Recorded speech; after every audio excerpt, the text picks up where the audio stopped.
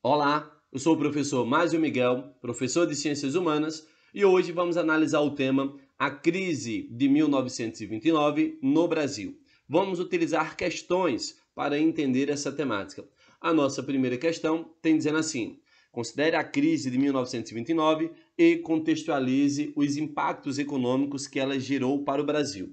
Podemos dizer que ela gerou dois grandes impactos econômicos. O primeiro foi a crise no preço do café e a segunda foi a falência de indústrias. A crise do café está ligada ao tema superprodução, pelo fato de que 80% do café brasileiro era vendido aos Estados Unidos, que deu início a essa crise econômica. Como vocês podem ver, cerca de 30 milhões de sacas de café não foram vendidos. Para piorar a situação, muitos cafeicultores deixaram de ganhar recursos financeiros do Estado brasileiro. Então, o café passa por sérios problemas e, a reboque, puxa as indústrias, pelo fato de que o setor industrial era dependente do capital proveniente das exportações do café. Para piorar a situação, as indústrias começam a demitir em massa, atingiu diretamente os trabalhadores. A inflação passou a encarecer os preços do produto e tornou a vida ainda mais difícil. Resumindo, podemos dizer que exportação em crise e sem estímulo financeiro é igual falência do setor agrícola e fabril. Esse é o primeiro impacto que a crise de 29 gera no Brasil. Eu ainda vou chamar a atenção para um ciclo vicioso gerado nessa Grande Depressão, que basicamente é o seguinte: sem consumo, pelo fato das pessoas estarem desempregadas, não terem dinheiro para comprar os produtos, isso faz com que as fábricas paralisem. Por sua vez, as fábricas vão gerar demissões em massa. A massa de desempregados não consome e você tem um ciclo vicioso fechado. E isso no Brasil vai piorar a nossa crise econômica. A nossa segunda questão tem dizendo o seguinte: assinala a alternativa correta sobre o Brasil durante a crise de 29. Aqui eu peço que você paralise esse vídeo, dê uma pausa, tente responder a alternativa correta, que já já eu vou dizer a alternativa e a gente vai analisar por que as outras estão erradas. Acertou? Bom, a alternativa correta vai ser letra C. Tem dizendo assim, ó: a crise de 1929 gerou insatisfação de setores sociais que não concordavam com a política de valorização do café. As oligarquias dos outros estados também desejavam benefícios e financiamentos do governo federal. Pessoal, perceba aqui, ó, a política de valorização do café é um acordo chamado Convênio de Taubaté, em que o governo brasileiro ficava responsável por comprar o excedente de café. E a gente está vendo que as outras oligarquias também desejavam esse processo. Vamos analisar por que as outras estão erradas. A letra A tem dizendo assim: a crise econômica de 1929 afetou diversos países do mundo, porém o Brasil não sofreu impacto. Opa, temos aqui, ó, não sofreu impacto. Nós vimos na primeira questão que o café foi diretamente atingido, que puxou as indústrias brasileiras.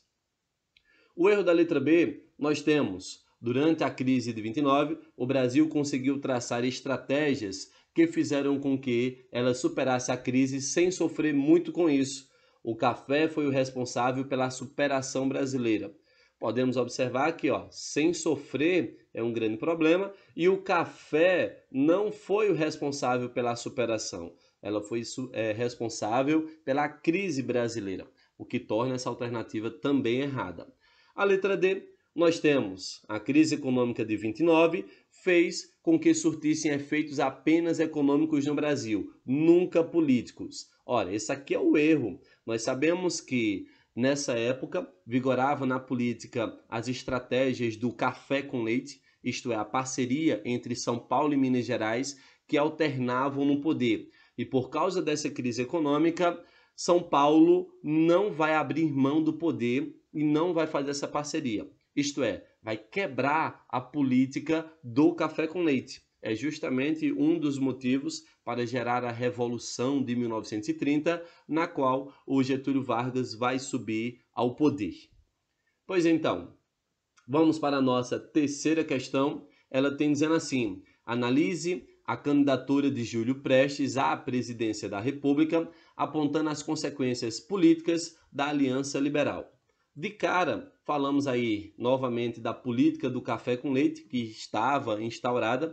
Lembrando, São Paulo e Minas Gerais conseguem fazer acordos políticos para alternar na política brasileira. E é claro, eles vão utilizar da política dos governadores, que é uma máquina de fazer votos. Nesse caso, com a crise de 29, os paulistas decidiram manter o poder na presidência. Olha aqui, ó, o principal impacto político que essa crise de 29 tem no Brasil. Nesse caso, a gente vai perceber que as oligarquias de Minas Gerais não vai gostar dessa situação, vai romper com o acordo de São Paulo e vai optar por fazer alianças com o Rio Grande do Sul e com a Paraíba, formando o que nós chamamos de Aliança Liberal, no qual eles vão lançar como candidatos à presidência a figura de Getúlio Vargas e João Pessoa. Então são aí dois pontos importantes que a gente vai perceber. Sabemos que São Paulo vai ganhar porque ele está na máquina eleitoral, vai utilizar da política dos governadores e consegue alavancar. Então, você pode perceber claramente que os aspectos econômicos vai ser ligado à questão do café e na questão política vai ser a quebra dessa estrutura chamada café com leite. Beleza? Vamos aí para a nossa quarta questão. Tem dizendo assim: sintetize as principais ações realizadas pelo Estado brasileiro a fim de manter o preço do café estável durante a crise de 1929. Ora, sabemos que durante essa crise teve muito café, na margem de 30 milhões de sacas de café foram produzidos, apenas a metade foi comercializado, e a estratégia que teve foi o Estado intervir. Nesse caso, imensas quantidades de café foram queimadas e jogadas no mar, em uma tentativa desesperada de diminuir a oferta para equilibrar os preços.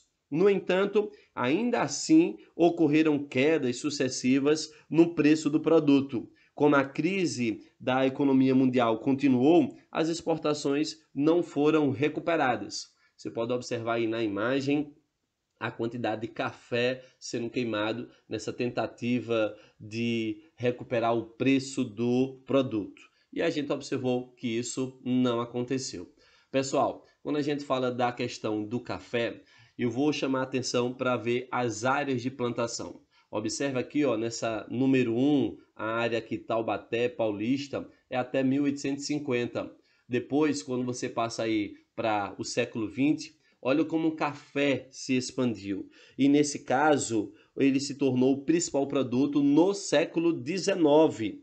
E aí, claro, nós sabemos que os investimentos da Inglaterra vai ser fundamental para a construção de estradas, ferrovias e portos. O capital vindo dessa produção permitiu a industrialização e a modernização de algumas cidades brasileiras por meio da instalação de iluminação pública e sistema de transporte, como os bondes elétricos, por exemplo. As grandes capitais, é o caso de São Paulo, tiveram grandes surtos de crescimento e inovação. O lucro do café proporcionava para os latifundiários construir e desenvolver mais áreas de plantação, novas rotas para o cultivo. Nesse caso, isso gerava crescente superprodução. É quando, em 1906, eles fazem uma reunião chamada Convênio Taubaté, que é para solucionar essas crises. O acordo foi: o governo vai comprar o excedente do café. Depois, ele vai contrair empréstimos internacionais, caso não tenha dinheiro no momento, para solucionar o preço. O objetivo era estabilizar o preço do café e proteger os cafeicultores. E claro, para manter toda essa estrutura, nós teremos o desestímulo do plantio de novas áreas. Então, o hábito de comprar café e guardar já era feito no Brasil desde 1906. Com a crise de 29, essa prática vai continuar. A diferença é que o governo vai queimar o café e jogar no mar. E temos aqui a nossa última questão, marcando aqui verdadeiro e falso. Peço que você pause o vídeo, tente responder para que a gente consiga aí fazer alguma discussão sobre esse momento. Galera, pausou o vídeo? Respondeu? Vamos para as respostas. A primeira tem dizendo assim: desde o século XX, o café era o principal produto exportado pelo Brasil. Essa alternativa aqui, ó, ela é falsa. O principal produto é desde o século XIX. Aqui, ó, tá século XX. Então, essa alternativa é falsa. A segunda, nós temos dizendo o seguinte: o café é considerado um dos responsáveis pelo começo do processo de industrialização do Brasil. Essa alternativa, ela é verdadeira. A próxima, nós temos: por causa do seu papel na economia, o café também foi o responsável pela modernização de algumas cidades ao gerar capital para a instalação de iluminação pública e dos bondes elétricos. Essa daqui também é verdadeira. E a última, nós temos: o lucro que o café proporcionava para os latifundiários nunca foi motivo de incentivo público e dos bondes elétricos. Essa alternativa, ela é falsa. Sabemos que nunca foi motivo de incentivo. Ora, sabemos que o café proporcionou a industrialização e a modernização de vários setores, de várias cidades brasileiras, instalando iluminação pública, sistema de transportes. Então, essa alternativa também é falsa. Espero que tenham acertado as questões. Até a próxima!